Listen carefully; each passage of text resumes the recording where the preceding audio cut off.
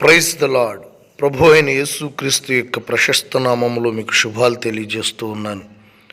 ప్రభువు మీకు తోడయండి, మిమ్మల్ని బలపరిచి కాపాడి వర్ధిల్ల చేయును గాక. ఆయన ఆశ్చర్యకరమైన కనికరం దినమంతా మనకు తోడయుండును గాక.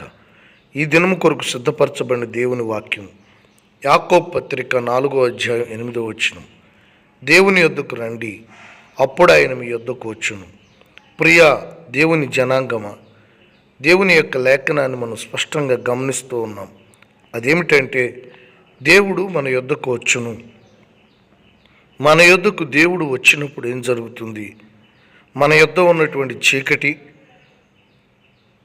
అనాలోచన, అనారోగ్యము, సమస్త విధమైన శాపము, దరిద్రత సమస్తమును తొలగిపోయి ఆయన వచ్చినప్పుడు ఆయనలో ఉన్న వెలుగు, ఆయనలో ఉన్న దీవెన, ఆయనలో ఉన్న బలము, ఆయనలో ఉన్న అభిషేకం, ఆయనలో ఉన్న సమాధానం, దేవునిలో ఉన్న సమస్తము మన యొద్దకు వస్తాయి. మెట్టుకు దేవుడు వస్తున్నాడు అంటే సమస్తమును మనం పొందుకుంటున్నామని అర్థం.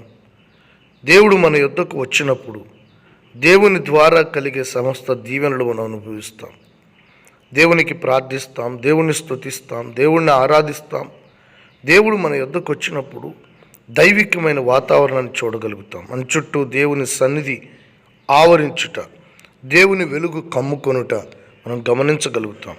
ప్రియ దేవుని బిడ్డలారా, దేవుని వాక్యాన్ని మీరు అనుసరించినప్పుడు దేవుడు మీ యొద్దకు వచ్చుటను మీరు గమనించగలుగుతారు. ఎప్పుడు అంటే దేవుని యొద్దకు రండి.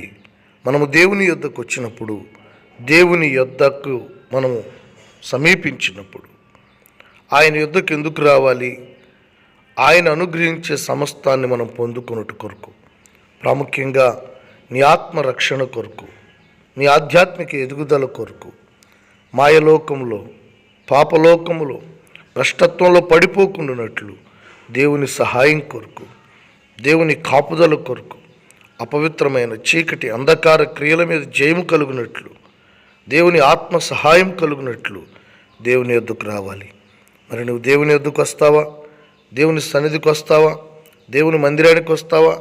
దైవ కార్యక్రమాల యొద్దకు వస్తావా?